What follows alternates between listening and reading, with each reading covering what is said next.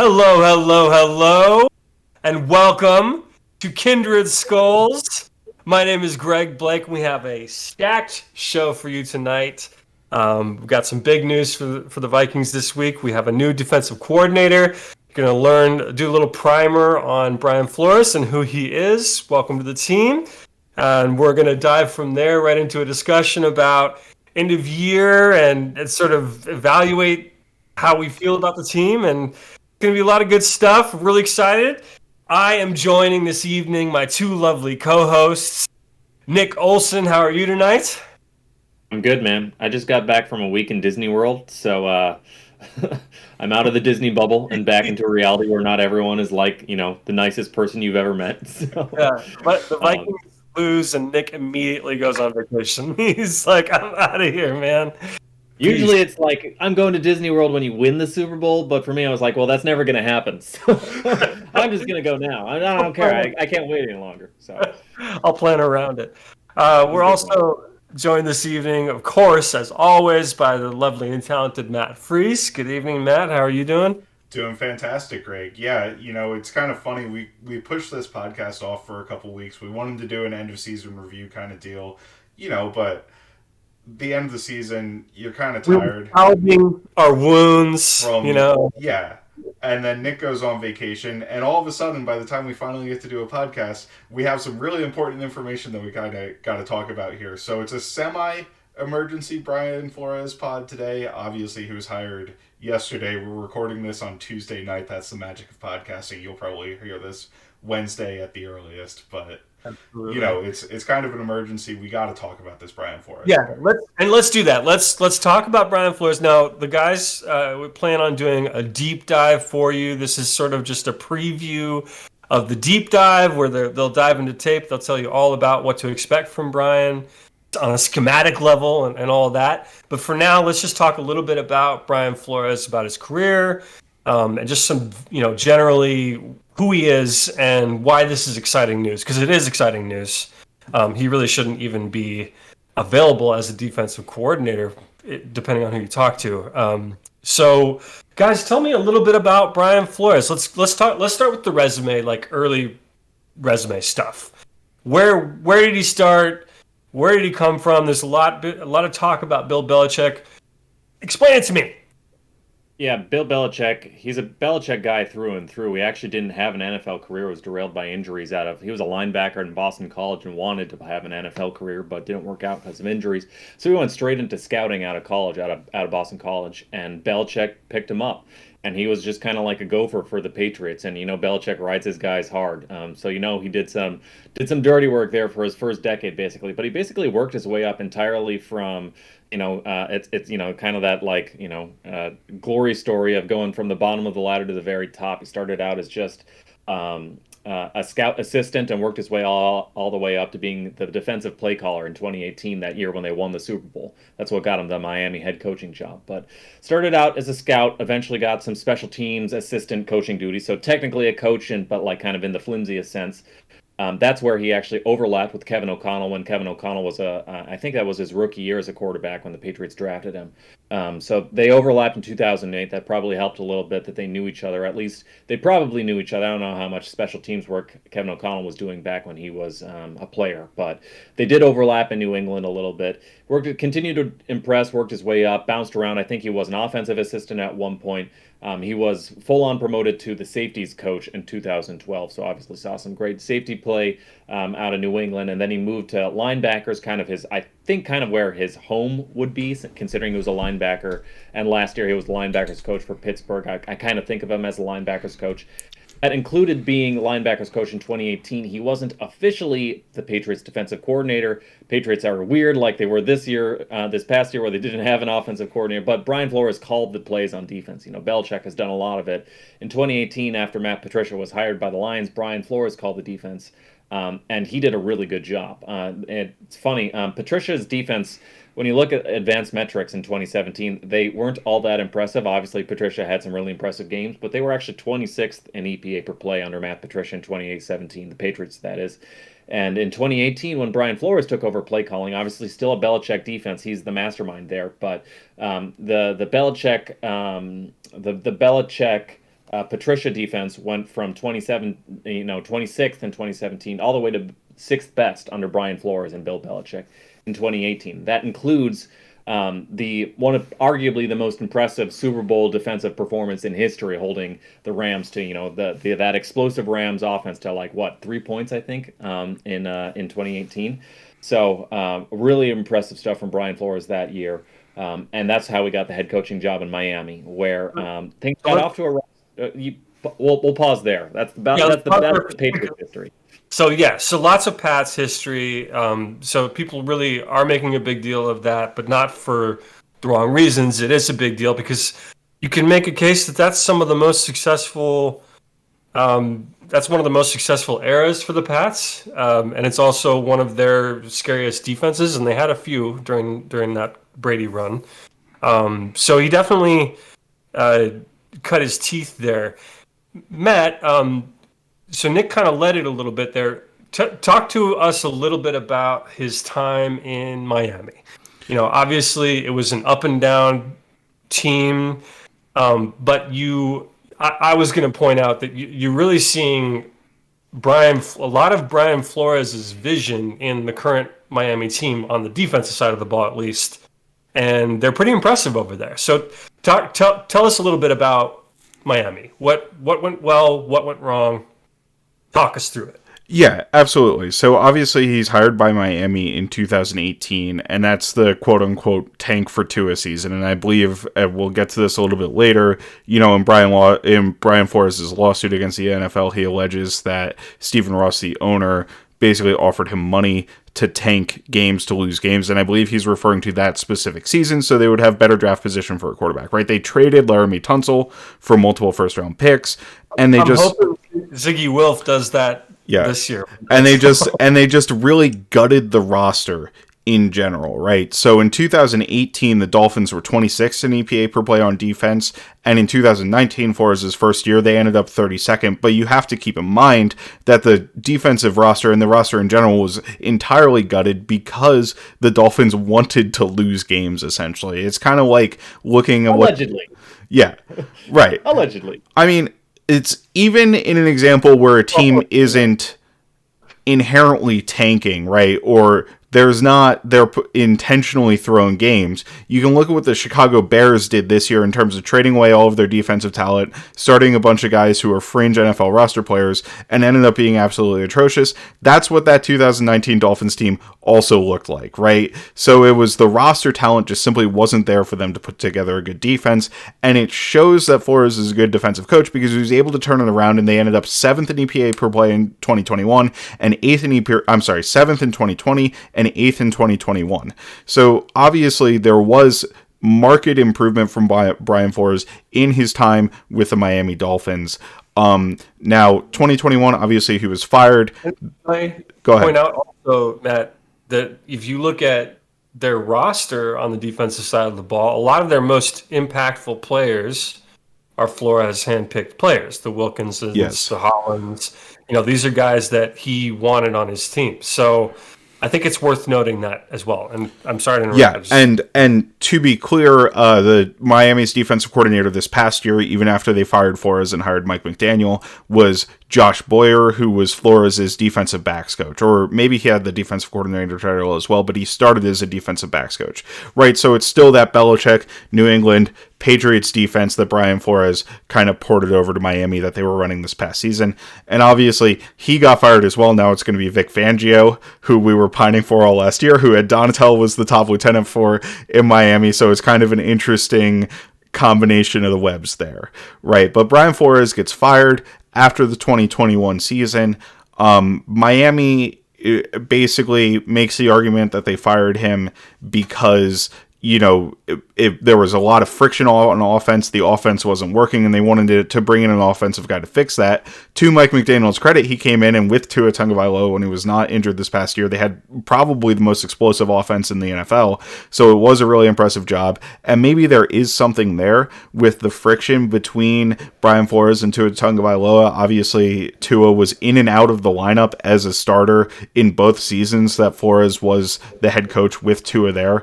So clearly there was something off with that relationship, and that's something to note when you're talking about Flores as a head coach candidate. When you're talking about Flores as a defensive coordinator candidate, I don't think that really matters all that much, especially considering our head coach. There was an ESPN report, a couple weeks ago where like Kevin O'Connell hates to even feel like he's slighted a player on the football team, right? Where like there was a report one day in practice where I think they might have been practicing outside to prepare for weather or something, where he told Kirk, "You're throwing the ball really well today." And then he needed to follow that up by saying, "I didn't mean to imply that you don't throw it well on normal days, but like today I thought was particularly good." So with that kind of attitude as a head coach, I think even if Flores is kind of a hard-headed, and Belichick disciple guys all the time get that as kind of the knock on them, is that they try to be like Belichick. I don't think Flores necessarily has tried to be like Belichick, but he might be a little bit more abrasive as a coach, right? And we saw that weared on players when it came from the head coaching position in Mike Zimmer. But I think with the Kevin O'Connell kind of yin and yang being able to balance out a more difficult to work with or a more abrasive Brian Flores as a defensive coordinator, I'm not really concerned about that moving forward. It's also noteworthy. It's also noteworthy that players like Xavier Howard and Javon Holland both celebrated Flores getting hired as the defensive coordinator for the Vikings. So it may be a Flores communication with offensive players thing, which is not something he's going to have to do as the defensive coordinator. So I think that's familiar as well. So you've got some familiar sounding elements here to him, and I don't think that's going to be a bad thing for us, especially because, as you mentioned, we already have so much positivity flowing from the top. So it's not a bad deal.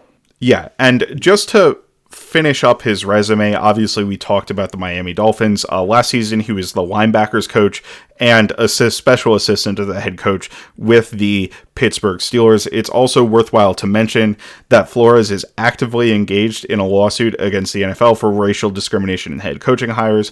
Basically, he's alleging that black head coaches or black candidates get fewer opportunities to become head coaches, that black candidates, once they become head coaches, have quicker triggers for the teams, moving on from them, and black head coaches who previously had coaching jobs do not seem to get the same repeat opportunities that they do. And he's also alleging that some of the Rooney Rule interviews are a sham, where the team goes into them knowing the coach that they're going to hire, and it's kind of just they're checking the box in the process as they're required to do by the NFL. So that's the base level of the lawsuit, and obviously that leads to some issues for teams like, the NFL doesn't want to look bad in that respect, so they're trying to deny that this is an issue, right? And that can lead to some abrasion between Flores and the NFL, but I think it's to his credit that he has gotten multiple high-level jobs with NFL teams since getting that lawsuit. Like, I think that's to his credit for who he is as a person. He's doing about head coaching opportunities while he's interviewing in the very league he's suing for head coaching opportunities. It is impressive, and it is worth noting. And I think it's also a testament. I think everybody involved should feel really good about the fact that he's not being ostracized or blacklisted. Or it's good that these two things can be separate, that he can do the thing that he's great at while also trying to take a stand for something that he's got a strong opinion about. And so it's good to see. And we are very, very lucky that he's here, I think, is the kind of the general consensus, and certainly was one of the hotter candidates we could have arrived at. Can you guys? You kind of throw it as like a fantasy pick even last year, but it was just at the time it was just sort of like nobody really knew. Some people thought he'd get blacklisted, permanently from the NFL just because of these lawsuits and a kind of a weird situation, to be hired by one team when he's suing the NFL. But I'd put him in if the top tier is Vic Fangio, Mike Zimmer. That sort of elite tier of, Bill Belichick, just the best defensive minds in the NFL. Flores is in the immediate next tier to me because he's really proven it, not only with New England and calling that 2018 elite Patriots defense, but also what he did in Miami, turning it around and really develop the development of players like Javon Holland, Xavier Howard, Christian Wilkins, the way he was able to turn everything around. I mean, Miami was a team that was mired in not just mediocrity but terribleness for years and years and years, and Adam Gase left them really in a really talentless position, and he was able to kind of like scrape his way up to a very impressive defensive performance, particularly against the pass. And I will say it's because we note it's interesting to see how the EPA changes after before Brian Flores and then when he comes in. They dropped off this past year after losing Brian Flores, even with his same defensive coordinator, to 24th best. So they went from 8th best in 2021 with Brian Flores to 24th best this past year. So you kind of see like that's the kind of impact you're hoping for. Obviously, his first year in Miami, he was dead last, but that was kind of as Matt noted, a weird situation. So yeah, he's a very, very talented defensive coordinator, defensive play caller. So really exciting that the Vikings were able to land him. In my opinion, he was probably the best candidate out there. Giro Evero, I think, in that same tier, really exciting. But Brian Flores has the most proven track record of really turning things around for defenses, and that in particular is exciting. And it seems like the only thing separating him from that upper tier is longevity. I mean, everybody you described in that like high tier of coaching has been in the league for 30 fucking years or whatever. So I think that's the only thing really separating him from that is time. So we're lucky to have him again. Do you guys want to dive in, just ping pong very, very briefly about his schematic style a little bit, or do you want to save some of this for the big deep dive? Yeah, so I think it's important to give at least a short overview, because we do want to talk about players that might be kind of the odd men out, or players who we think will fit well with this new defense as well. So, the hallmark of Flores as a defensive coordinator is his blitzing. Everybody probably remembers the Ravens game from 2 years ago where they ran like this cover zero, everybody on the line of scrimmage blitz for basically half the game on defense. They ran it for over 50% of the Ravens snaps, which is an absurd number. In that 2020 to 2021 range, Flores blitzed 40% of the time. That is second only to Todd Bowles of the Tampa Bay Buccaneers, who's known for his extremely heavy blitz schemes. And as a Belichick disciple, like, he's running the same stuff that Belichick has run for the Patriots for a number of years. There are some things that Flores likes to do that are a little bit different than what Belichick has done over the years, but, he's got everything in the toolbox. There's a lot of cover zero. There's a lot of cover one. They run cover 5, which is 2-man. In the Belichick terminology, and they'll run some man match quarter stuff, and their quarter stuff and their zone coverages are going to look a lot more like what Mike Zimmer did when he was the Vikings defensive coordinator, compared to what Ed Donatel did last year coming from a Fangio scheme. Like, Mike Zimmer coached adjacent to the cover 7 world. Obviously, that's why he brought in Carl Scott from Alabama, whereas really Donatel, comes from the Fangio world, which is just a different style of teaching it. So it's a more aggressive style of that coverage rather than just laying back a little bit. And he's going to be much more aggressive with blitzing than what we saw last year. The base of the defense, for all that matters, is a 3-4. Flores loved to employ tight fronts as his base defense in Miami, but they also use a ton of sub packages. There's so much dime personnel where you either have 4 corners and 2 safeties, or 3 safeties on the field with 3 corners as well.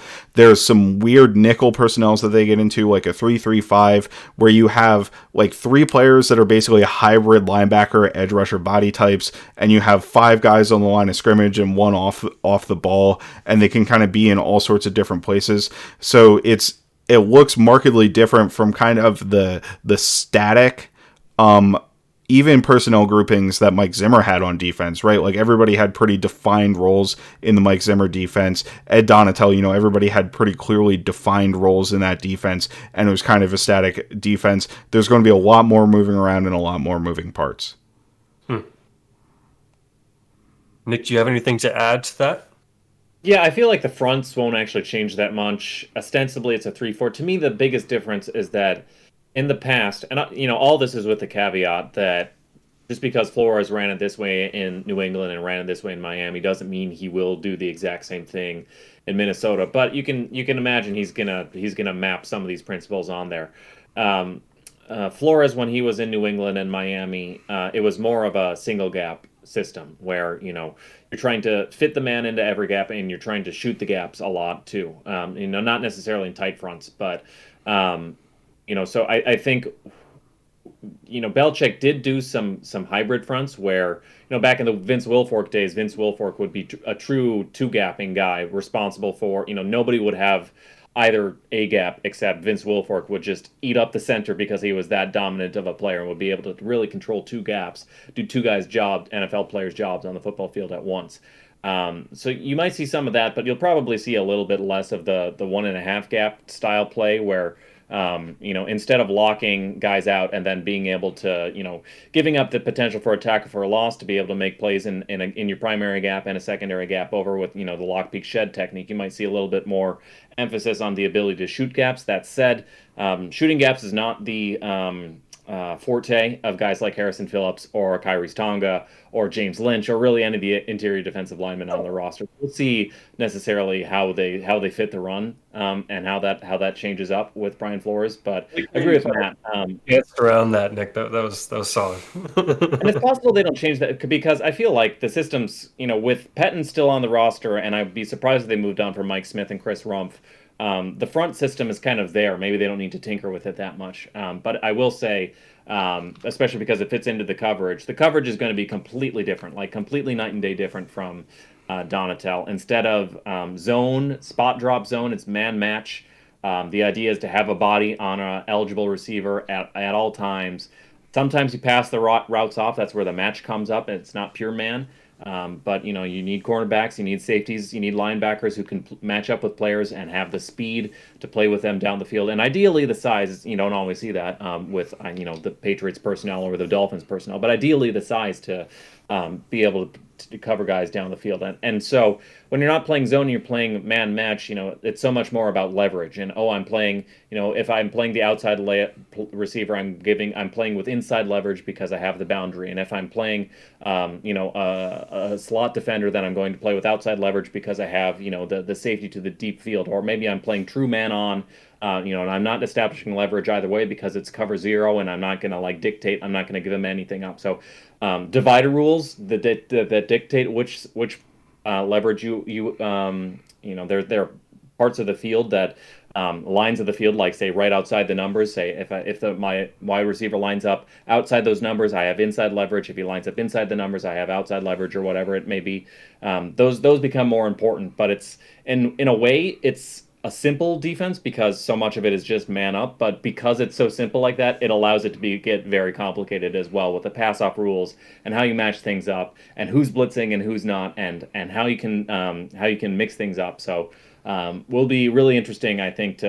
We've got our hands on a couple old New England Patriots defenses. We've got Coach Vass's huddle for the Dolphins. So we're going to dive into that and come back to you with a much bigger deep dive. But suffice to say, with the coverage, the blitzes, and to an extent the fronts, it's going to look very, very different from the Fangio-style defense we were running last year. It's a good thing we have such a strong group of veterans in the defensive backfield that can really handle all these things. So the one thing I will say with this defense that I like about it is rather than putting guys in static formations, it will move guys all around the place, but still run the same concepts, just with different guys in different places.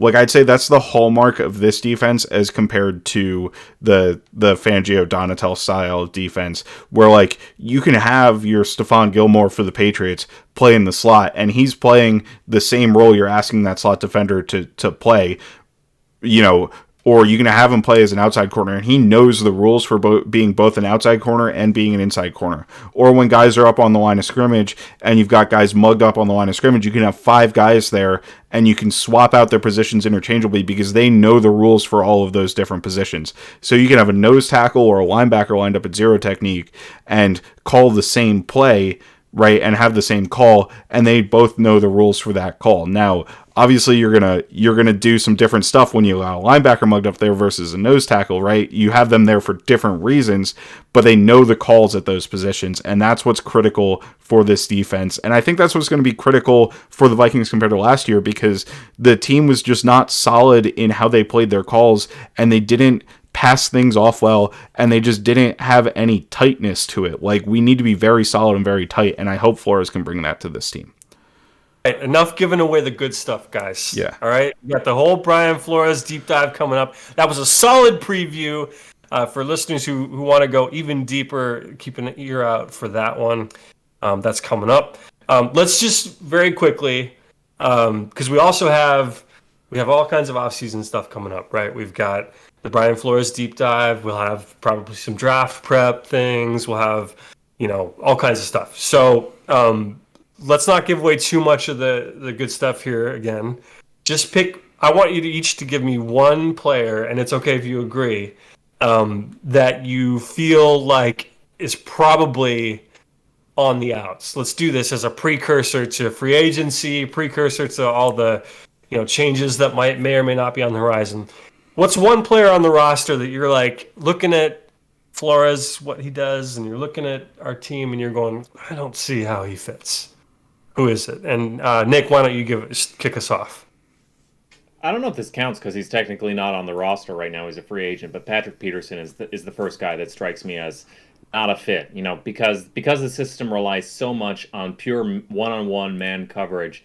That's not really Patrick Peterson's game anymore. The only exception is if he can still press, but he's just lost so much weight when he was a true press man corner running. He was at the combine, he was like 220 pounds. Now he's slimmed down to 180 so that he can keep up with guys. But even then, you see him get burned a lot on those, get stacked off the line of scrimmage and stuff. So I'm just not sure. I think Patrick Peterson, a lot of corners as they age gracefully, they might transition more into zone coverage. We saw that with Xavier Rhodes even when he went to the Colts and based out of a cover 2 system. So I feel like the days of Patrick Peterson rely on him as a one-on-one shutdown man-to-man corner are gone, and he's the kind of guy, the first guy that when I saw the Flores signing, I was like, as much as I love Patrick Peterson, I don't think he's a starting caliber corner in this defense anymore, and especially if you want to base out a man. So if you want me to pick somebody who is currently on the roster, I would say, well, Matt, I'll let you go. Yeah. I don't want to say really good. No, because I would not have thought of that. So I think that there's probably a lot of listeners who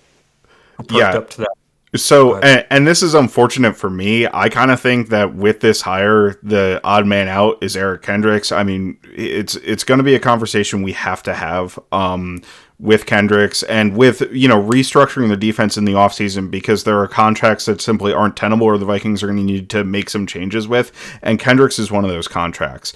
And the problem is with the Flores Belichick defense is they love to employ large linebacker bodies who are hybrid edge types. Think like Dante Hightower in New England for years, right? Or Kyle Van Noy. Or recently the Dolphins had Andrew Van Ginkel, who's like 6'4", 240 pounds.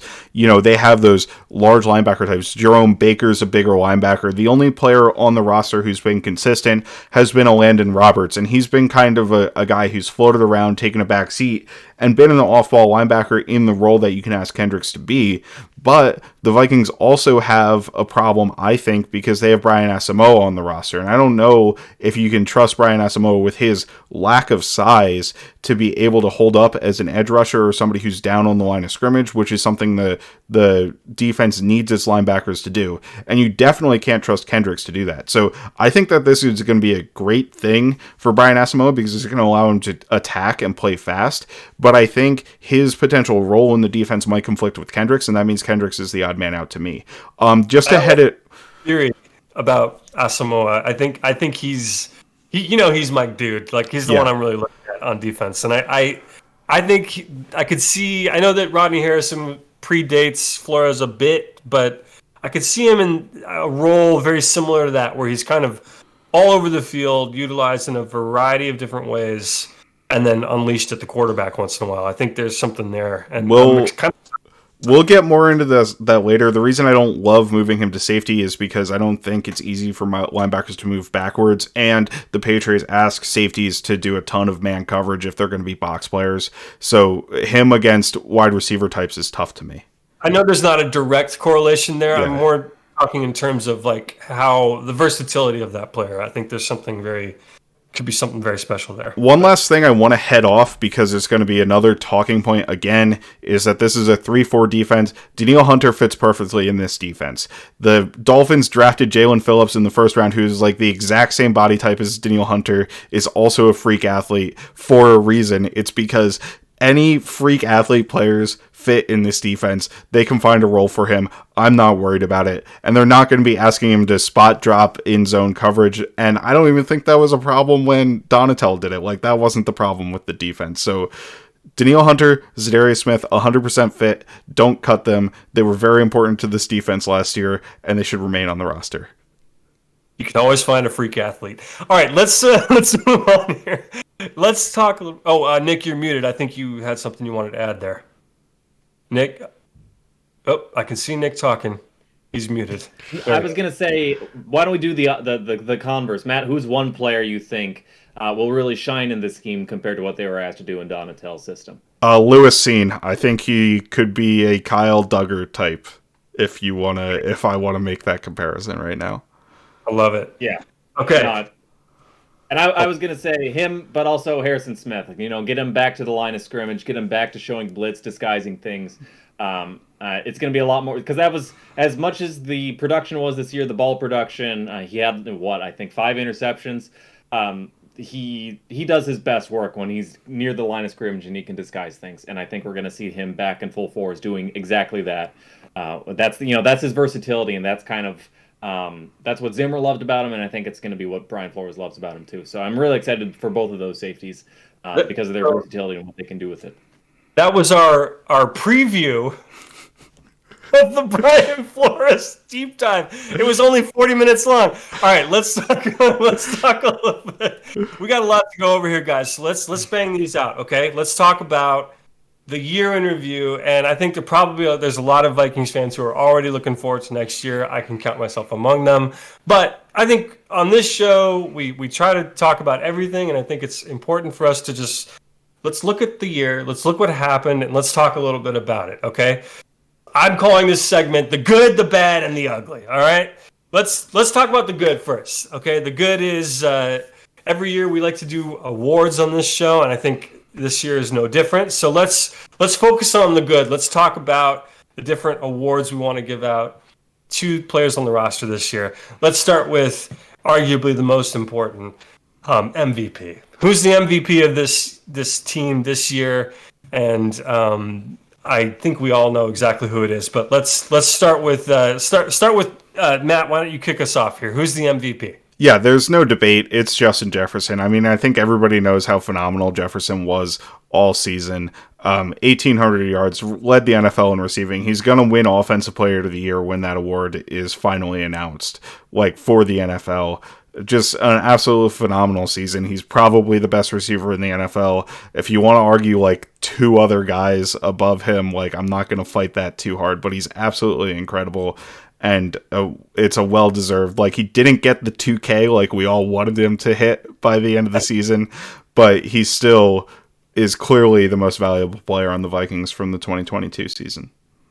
Yeah, I completely agree with that. Nick, did you have anything to add? There's probably not much more to say about JJ, but...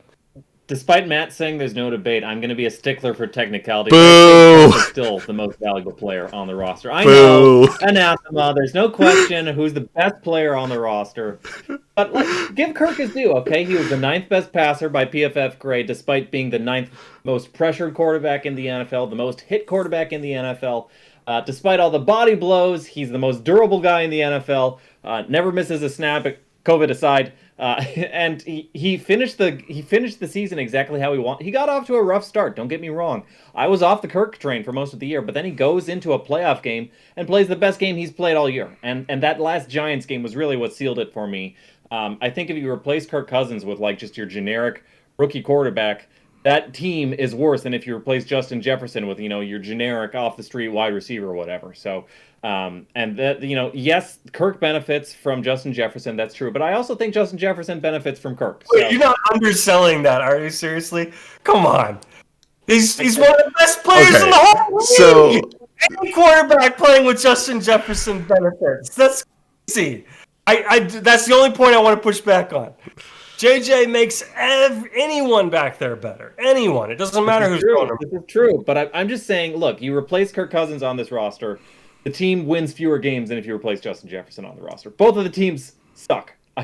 But I think if you go from Kirk to whoever, to Sean Mannion to whoever it is, it's not pretty. Yeah, It's spicy here with his MVP pick. So I mean, it's just a nerd PFF technical argument, and I don't even know if I need to justify it. Look, I'm trying to be respectful to my friend. Not worthy of a response. We'll have to agree to disagree on this one, Nick.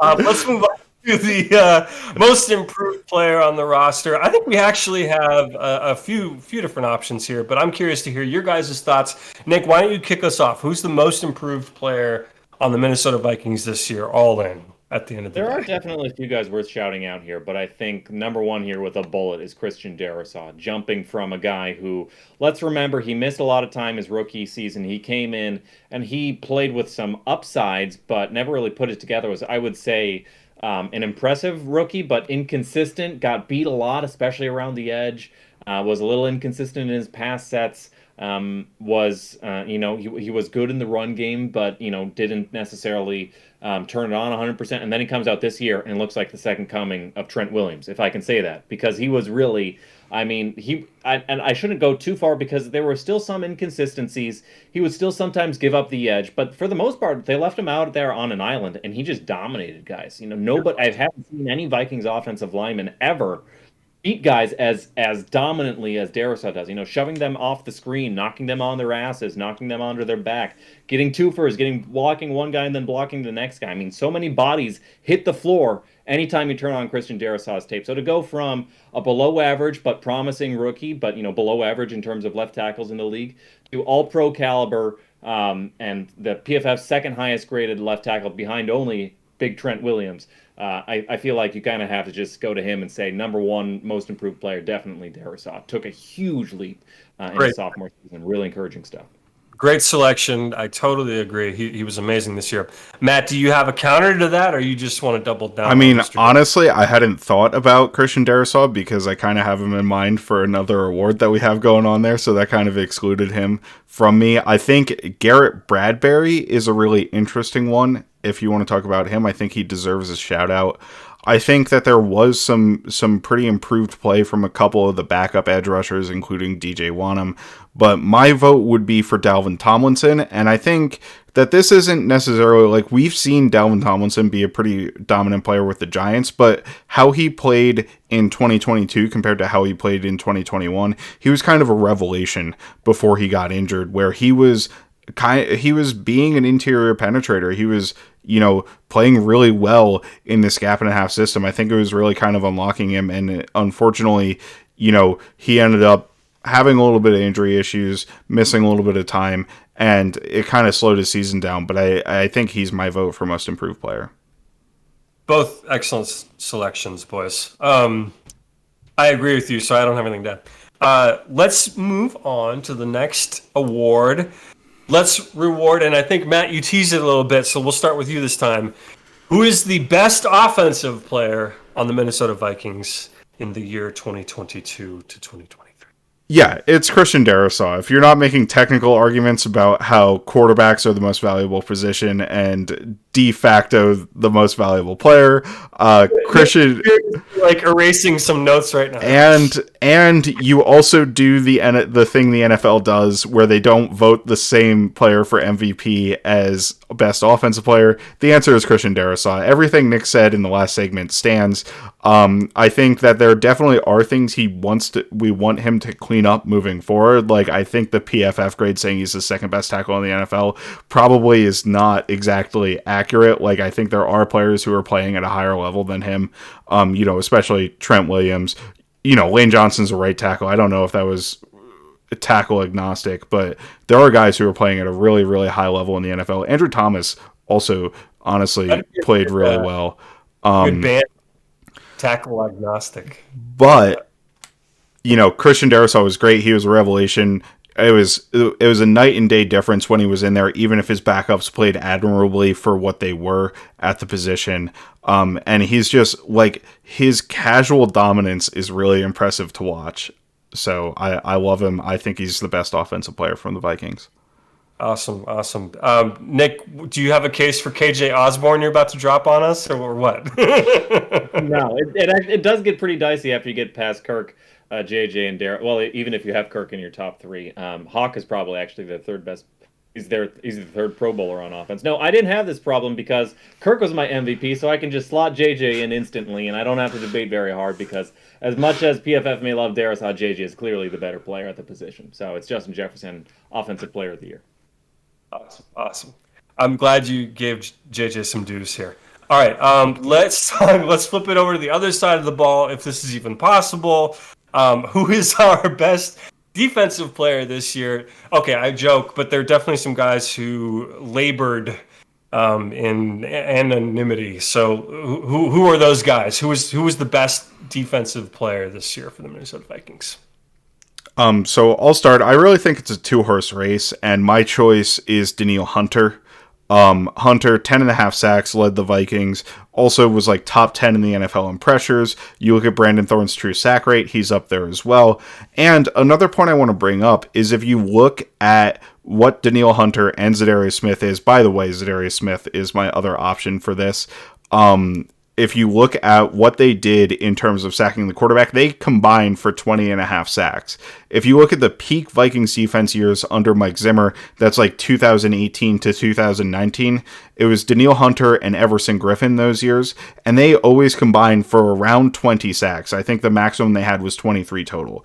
So that 10.5 sacks, might be a bit of a disappointing number, but I think it fluctuates between two great pass rushers because you'll have instances where one guy wins quickly and then flushes the quarterback into the other edge rusher and that sort of thing. So I think that's what ended up happening between Zadarius Smith and Danielle Hunter. It just kind of ended up evening out.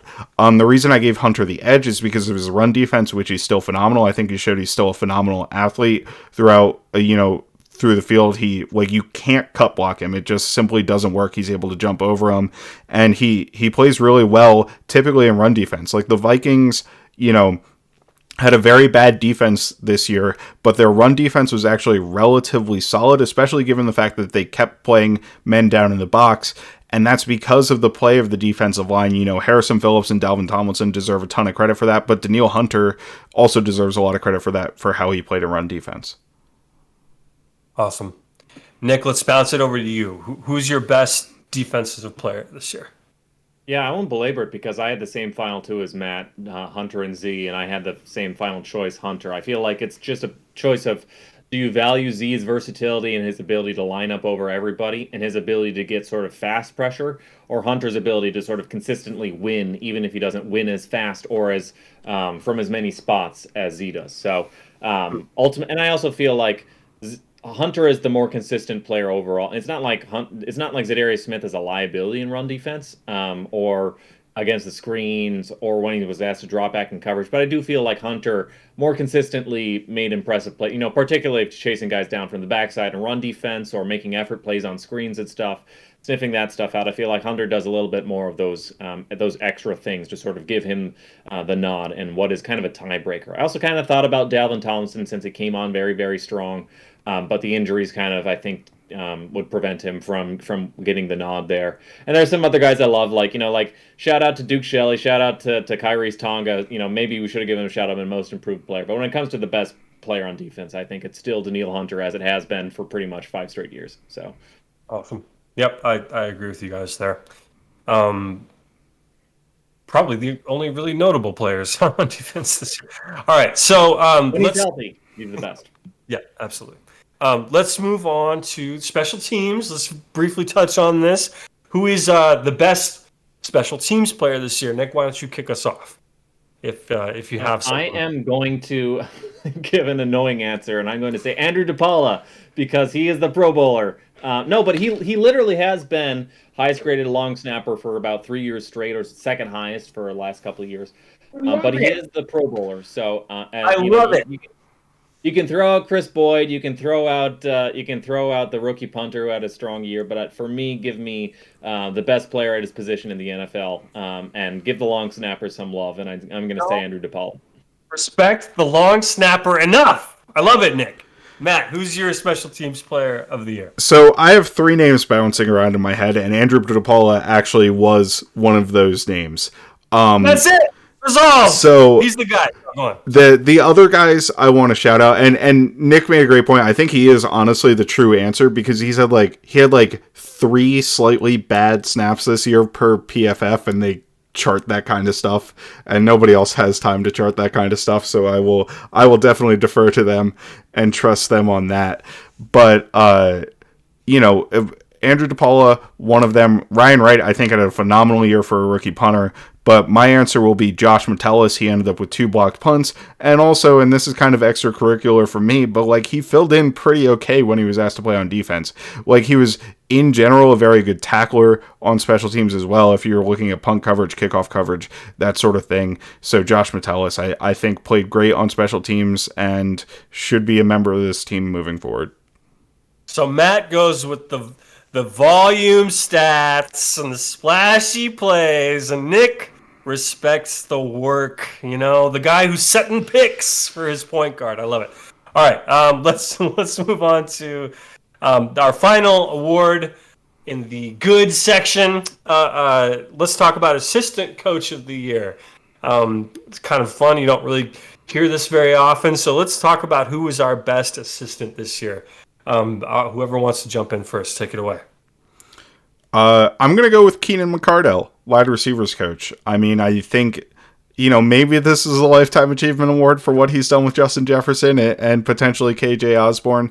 But I think, there's a reason he was getting offensive coordinator interviews. And, the receiver corps from the Vikings has just been very well coached since he's been here. There's also a reason, and I keep saying there's a reason, but there's also a reason he was like one of the very few assistant coaches that Kevin O'Connell kept on when he came to the team, right? I think he's done an excellent job as the wide receivers coach. He deserves credit for both Justin Jefferson and KJ Osborne, even though those players also deserve credit for their own individual improvements, right? But it's kind of a give and take relationship, and the coach deserves some credit there. I've got a couple other names I want to shout out, but I'll let Nick go first so I don't steal any of his thunder, and then if we don't get to any of them, we'll shout them out. Yeah, McCardell's really impressive. I think the improvement KJ Osborne made this year was really impressive. I also think I don't want to overreact too much to a very small sample size against backup defenses, but Jalen Naylor, we've talked about it before, but his performance he put up as in his rookie season, his routes just looked much more crisp, much more precise, much more impressive than they did when he was at Michigan State. So, and obviously, Justin Jefferson didn't think there was much room for him to get much better, but he goes out and now he's presumptively the offensive player of the year for the NFL. So really impressive stuff from Keenan McCardell. For me, this was a 2-horse race. There were a lot of good coaches and guys I'd want to shout out, but for me, it's between Chris Cooper, who I think, the Vikings have been searching for a good offensive line coach for forever, because they're really worth their weight in gold. And he got, we talked about Christian Darrisaw being the most improved player on the offense. Matt shouted out Garrett Bradbury as one of the most improved players on the offense. I also feel like Ezra Cleveland had, his best year yet. It was marginal improvement, but it was still, I think, his best year. And I feel like you could argue Brian O'Neill had his best year as well. Ed Ingram, you can't say, it's de facto his best year because it's his only year. But I feel like Ed Ingram showed some progression throughout the year, too. And I feel like even the backups, like Blake Brandel came in and was ready. Oli Udoh came in, and you kind of didn't notice him out there. So I feel like he did a really phenomenal job. And, we've been looking for our offensive line coach for forever. It's been just a revolving door. And what Cooper was able to do was really, really impressive. I had my doubts when they hired him because I was like, you're hiring this guy because he smells like Mike Munchak, but we might have just found the next, I don't want to put him on that level yet, but a guy who's getting results the way that Mike Munchak did, for so long. So that's really exciting. And I'd also want to shout out Chris Rumpf. We talked about all the interior defensive linemen, when he was with the Bears, who were these random guys destroying us. Well, now those random guys were destroying the other guys on the other side because it was, who is James Lynch? Who is Kyrie's Tonga? Who is Jonathan Bullard? All these guys coming out. And then Dalvin Tomlinson, we talked about him as the most improved player. Harrison Phillips, he's a guy who doesn't get nearly enough love from Vikings fans, not only for his vet leadership and what he does off the field, but on the field, his ability to sort of maintain multiple gaps, play gap and a half, also get a little bit of juice in the pass rush game, at least as a bull rusher, and put his length to use. So I feel like pretty much every guy Chris Rumph touched took a big step forward in their game. And if I had to pick one who is best at their job, I'm biased towards the offensive line, but I feel like what Chris Rumph did was a little bit more impressive just in terms of every single guy he got his hands. I mean, even Asese Otomewo, after being inactive for most of the year, came on, did some really impressive stuff, I feel like, in his last few games. So I feel like Rumph did the best job in terms of you looked at the guys he took and where they started the year and where they ended the year, and I feel like they had the most impressive journey. So to me, he's the coach of the year. Yeah, and those were the two names I had. So you nailed it on the head, Nick, I think. There we go. Good stuff, guys. Good stuff. All right, so that's the good. Now, we don't have to dwell on this. Everybody feels, different kinds of ways about how the year went and how it ended, and we could go, it's been talked to death. But here on Kindred Skulls, we're just going to address it. Let's talk a little bit briefly about the bad. Obviously, the season didn't go the way that we thought that it could. At certain points, it looked like this team might have something to it, if depending on what side of the fence you were falling on. But ultimately, ended in failure. We fired out of the first round. It's not a disaster, but it's certainly not how you hoped things would go. But the season as a whole, we had expectations. Some people had different kinds of expectations for the year. Our performance overall, what would you call it compared to what we thought this team could be? So I'll start out, and I guess I would say that I'm not totally sure this should be in the bad category, right? I think if you look at the course of the Vikings season, and you look at how they did in the playoffs compared to how they did in the regular season, yeah, you're disappointed that they lost to the New York Giants, who were a worse team than them, frankly, in the first round. But I will say that if you had told me prior to the season the Vikings were going to end up going 13-4, end up getting bounced out in the first round of the playoffs, well, I think I would have taken that all day. It was a lot of fun to see, especially the highs of the season, beating the Bills, the win streak in the middle of the year, all of that stuff. I think it was a fun experience as a fan. The defense didn't quite live up to expectations, but we got thrilling games every single week. It was kind of frustrating how the games were thrilling, right? Because it really felt like they were kind of kicking themselves until they got it together at the end and got the win. But they did pull out the win for pretty much the entire season, right? They didn't lose a single one-score game until, I guess, this final game in the playoffs. So it really, I think, exceeded my expectations from what I had going in, right? Which I thought the defense would get significantly worse. It did. I think how the depths of how bad the defense got was something that we hoped would not happen. I don't think the offense improved to the level that we hoped it would, but I also think that from a game management perspective and from an offensive play calling perspective and how we distributed the offense, i.e. running it through Justin Jefferson as opposed to running it through Dalvin Cook, was an important step forward for the offense kind of into the 21st century, right? In terms of, yes, we need to run our offense through the passing game, and Justin Jefferson is one of the is a top 10 player in football, right? Across any position. So it's very important for us to get him the ball on a regular basis, and I think those steps forward were important for the team. Yeah, I would agree with that. Nick, do you have anything to say? It's kind of interesting. It depends on what we're measuring as performance. By total wins, 13 wins, way more than I was expecting going into the season. Point differential, EPA per play, DVOA, those all kind of wound up around average, which is kind of what I was expecting. I had them, I think, at about 9 wins going into the season. Folks can go back and check our Kindred Skulls predictions podcast, but I think I had them as betting markets had them as an 8-9 team for a little bit, and then jumped up towards the end of preseason to 9-8, and that's kind of where I kind of agreed with the market on that one, and they went ahead and they outperformed that. But they did that with the underlying metrics suggesting they weren't as good as a 13-win team. They were probably a slightly above average team, but not by much. A little bit decently good on offense and decently bad on defense, but not extreme in either way.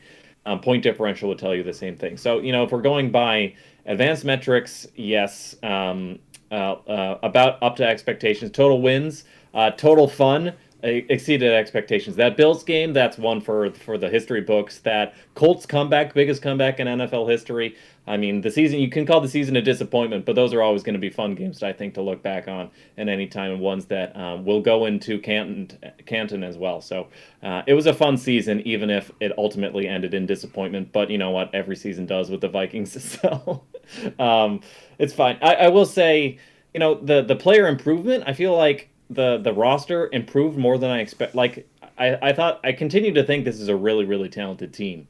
And I would say the coaching disappointed me a little bit. Obviously, Donatel, particularly in the playoff game, huge disappointment. But even Kevin O'Connell in the offensive design, the opening scripts were great. The red zone, low red zone play design was great. But the overall offensive efficiency, it kind of feels like, I kind of went into it hoping we would see a little bit of that McVay magic rub off, and he would turn, Kirk into what Jared Goff was for the Rams for forever. And we didn't really see that. We didn't see that Shanahan turning Jimmy Garoppolo into, the best quarterback in the NFL by various metrics. So it was maybe that's setting expectations too high, but you compare him to Brian Dable, you compare him to Ben Johnson, you compare him to some of these other young offensive-minded coaches. I feel like Kevin O'Connell does not come away better for the comparison. So I feel like it's still a very good roster, and there are pieces of the coaching that I'm excited about. I feel like the second year in the system, I think everybody can take a step forward. There are parts of when they design it, they do it very well. So it's kind of, it goes back to, depends on what you're measuring in terms of performance. I feel like for the most part, they exceeded my expectations, but kind of depends on what we're talking about. Points scored, EPA per play, the player talent, coaching performance. So it all kind of depends. So real quick, one thing I want to pull out of what Nick said, and I kind of disagree with you a little bit on this one, Nick, is Kirk Cousins' performance this season to me was way different from my expectations. So you mentioned, the Jared Goff, the Jimmy Garoppolo, who are like volume numbers, EPA efficiency numbers, like off the charts, right? And that's who Kirk was as a quarterback prior to the season, right? He was always high in PFF grade. He was always high in yards per attempt. He was always high in like ANYA and those, kind of the efficiency numbers. And really, like, if you looked at the tape, the underlying play, I don't think supported that. I think that this year, Kevin O'Connell kind of changed who I view Kirk Cousins as a quarterback as. I think that Kirk Cousins' level of play, his willingness to take risks, his aggressions in pivotal situations are what led the Vikings to be the team that they were this year in terms of a team that vastly outperformed what the underlying metrics said that they were. And I think it kind of probably gets overshadowed a bit in the national narrative when you talk about that final play in the Giants game, right, where he ends up throwing short of the sticks. But that's not who he was as a quarterback this whole season. And I'm on record on this show saying I don't believe that Kirk Cousins can change as a quarterback, and I think he fundamentally did change as a quarterback with Kevin O'Connell, with his quieted mind, quote-unquote quieted mind, which, still kind of sounds silly that like he can fundamentally change how Kirk Cousins wants to operate as a quarterback to me, but I think he did that, and I think that should give Vikings fans hope moving forward if they do keep Kirk Cousins. Now, we're gonna have another quarterback decision this offseason probably, but I think personally he's kind of changed my expectations. Is I'm less on the move on from Kirk Cousins train than I was last season, and I don't know if that means I'm saying I think Kirk Cousins is a long-term answer, but it kind of has made that more of a question in my mind than it was previously. And I think it's important to note that. Like, I kind of poo-pooed your Kirk Cousins is the MVP of the Vikings comment, but I think that the way he played was pretty valuable to the Vikings this season, even if he didn't blow the metrics out of the water. The past 10 minutes may be the most I have ever disagreed with you two on anything the entire time we've been recording this podcast or chatting with each other in the last decade. That said, to each his own. Let's move on. We definitely do not need to talk anymore about the defense. We went over how excited we are about the addition of Brian Flores, and the largest reason that he's coming on board is because we fired the defensive coordinator because he did such a terrible job. We've already talked about that. That was part of the bad. Let's move on a little bit, just touch on consistency, because I think, you guys were hyped about come from behind victories and last minute fluky, wins against the Bills and stuff. But the reality is that you get put in those positions when you are not successful at keeping the other team from scoring, or scoring consistently for all 4 quarters, or like consistency was a major problem for this team this year. And Matt, I'm glad you put it on the list. Talk a little bit, guys, about consistency and whether do you think this is something that we're always going to have a problem with under Coach Kev? Do you think it's fixable? What are your opinions on that? Consistent. First off, I'll start off. I say I think it's probably fixable. It was something that we had actually talked about the season before as well, particularly as it pertained to the offense, where they'd have these drives. Like their opening game script in 2021 was also really good. Like that's kind of a mirror between 2021 and 2022.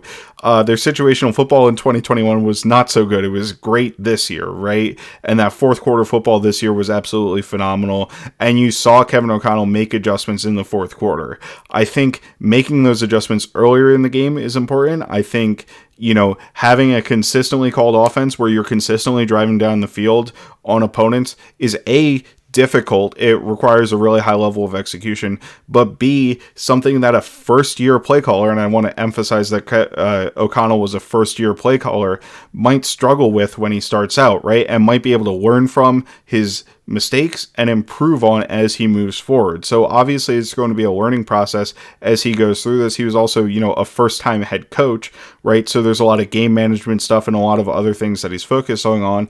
Hopefully he's able to kind of improve in all aspects as a coach, but on the offensive side of the ball in particular with consistency. Like I think that was an issue with Clint Kubiak too, where he was a first-time play caller last season. He had some good designs and stuff, but the overall architecture of the offense wasn't all that good. I think here, probably the overall architecture of the offense with Kevin O'Connell is better, flat out, but also he had the issues of a first-year play caller with not consistently being able to stay a step ahead of the defense throughout the course of games. Yeah, well said. Nick, do you have anything to add on the topic of consistency? Yeah, I feel like in the second year of the system, you'll be able to do a little bit more install. You'll be able to work in a little bit more of the jet motion stuff. That's, I think, kind of expensive in terms of install, just because you have to nail the timing of exactly when you set. There were a lot of times where like they did jet motion, but like defense isn't going to bite because by the time you snap the ball, the player in motion was already well past the handoff point. So doing stuff like that, I feel like they can build on a lot of what they've already done. This year was kind of get the foundation in there. So I feel like a lot of the stalled drives, a lot of the 3 and outs or 4 and outs, 5 and outs, 6 and outs, whatever. I feel like that is when they were able to put the wrinkles on there. The offense was very good, and it's just the fact that in the first year of the system, you can't build many wrinkles into the base foundational stuff. It was just kind of like we're gonna run choice stucco for the 11th time of the game or whatever. So I feel like going into next year, they'll be able to put some wrinkles on stuff, and so that the vanilla stuff is a little bit more interesting than it was last year, and I feel like that'll help in terms of the offensive inconsistency. Yep, absolutely. I agree with all that. Okay, so we've touched on the bad. The bad you could talk a lot about, but I think it's good to focus on the good, which is what we've done tonight. However, there were 3 topics. There was the good, the bad, and the ugly. The ugly. Let's talk about the idea of ugliness. Fraudulence. Okay, we heard this term a lot this year. This team is a fraud, this team is a fraud, or this other team, or whatever. We were on that list for a lot of people pretty much every week. Just yes or no, keep it simple. Was this team a fraud to you? And that word can mean a lot of different things. Did it underperform? Or couch it however you want to couch it. Was this team a fraud to you? 13-win team, first round exit against another fraudulent team. Matt, let's start with you. Was this a fraudulent team? I mean, it is framing, right? Like, it kind of depends on how you frame it. Yeah, 13-win team losing to the New York Giants, who are not a good football team in the first round of the playoffs. That means they're fraudulent. At the same time, if you watch this football team in depth, which is kind of like our shtick, like you knew who they were, right? You knew that they had the potential to lose these games to teams that really weren't all that good, but you knew they could also be competitive with really high level teams like the Buffalo Bills. So to me, they are who we thought they were. Yes. Nick, do you have anything to add to that? I think you're this team was never as good as its record, but it is fundamentally a good team. So I would say no, they're not. They're not frauds. Just because they have a couple wins extra than the advanced metrics suggest they have doesn't mean they're fraudulent. It's a good team. It'll be a good team next year. Will it be a contending team? We'll see. But it's a good team. So no, not fraudulent. Okay. I think you both know how I feel about that. No, you know what? I'll give a final thought here because we are wrapping up the show. I make a lot of passive aggressive comments and I disagree, whatever. It's been a very difficult year for me as a fan. I cannot say that I enjoyed this experience. I don't love having the title of the biggest come from behind victory because it requires. He's mad because Kirk Cousins played better than he thought he could expect. I didn't think he played that well. I know you guys love him, and I know the stats say what they say every year, but you said something about the fact that it was fitting that the Giants game went so positively for him. I thought it was fitting that the game ended on such a stupid decision from Kirk Cousins, and we can debate whether it was a stupid decision or not. Look. The bottom line is, for me, I think this team far exceeded my expectations for what it was going to be. We talked a little bit about that, expectations and performance and stuff. I thought this team was an 8 or 9 win team. I thought it would be up and down all year, which it kind of was, but ultimately they executed at the end of games and won a lot of games, and it never made a lot of sense to me, but the reality is, we made the playoffs, and that's a great thing for any fan base to experience. I hate that I have reached some level of ungratitude or something, where even making the playoffs does not scratch my itch. But I think at the end of the year, I want more. I don't know how to explain it. I just want more. I want to change. But look, 13 wins. They made the playoffs. Like, what else is there to say? Guys, it's been a pleasure chatting with you this evening. Real quick, Greg, in all this, are your thoughts on O'Connell positive? Oh, yes. That's the thing that drives me the craziest about this year is that what I want has nothing to do with what I want is to see the vision. I see a vision for this team with Kwesi and with Coach Kev. I see a vision that's really gorgeous. I can see it. I can see a version of this team that is really exciting to watch and wins a ton of games and has a solid foundation for years to come. I can see it. Like last year when we hired these guys, it was like, what's this going to be or whatever. I'm very encouraged by a lot of things. I like some of the guys that Kwesi brought in. I thought his free agent signings, the guys that you were talking up here are mostly free agent signings on his part. So like the Harrison Phillips of the world. So I'm very encouraged. I'm very encouraged about those two. I feel like this team is floundering. It's sort of floating. It's, are you guys swimmers at all? Do you ever swim? You familiar with the term sculling? Okay, so it's when Minnesotan, so everybody had a leg. So we'll cut. Greg, do you mind if I cut to the chase here? No, I feel like this team is sculling. I feel like we're floating in water, and we're kind of like keeping our head above water, and we're going, well, this feels great. I'm swimming, and it's like, yeah, you're swimming, but Kansas City is doing laps around you. So and it's like, what are we doing here? So I'm going to cut this short a little bit and say that this is a great preview and no names here. You should all stay tuned for draft season so we can let Greg talk about his Patrick Mahomes to Kirk's Alex Smith. Yeah, I can't wait for our 4 draft picks this year. It's so exciting. Guys, we have chatted, I think. Greg, I love how you bring the sunshine in every pod. Hey, someone's got to talk real here, all right, man? You guys are always so positive, and I love it. But once in a while, let's just tell the truth. Okay, so let's. No, I'm kidding.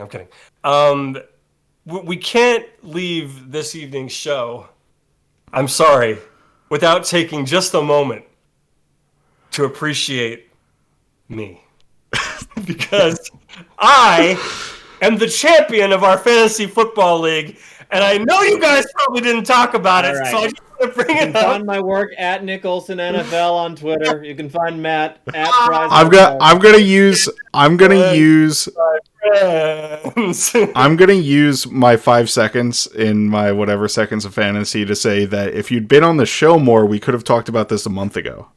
I was too focused on winning a championship, Matt. At Kindred Skulls on Twitter. He's Gregg Blake. You've been Gregged on Instagram. Available on Spotify, iTunes, wherever you get your podcast. Stitcher, I feel like that we're there. I've never checked, but we are. We're probably there. So you can find us on That's YouTube. for tonight, folks. We love you. Goodbye. Skull. All right, we are going to end that podcast with that train wreck, by the way. Good night, everybody. Cool, baby. Another first round corner wouldn't do us any harm. Oh, another first round corner wouldn't do us any harm. Oh, another first round corner wouldn't do us any harm. And we'll all cheer on behind. And we'll score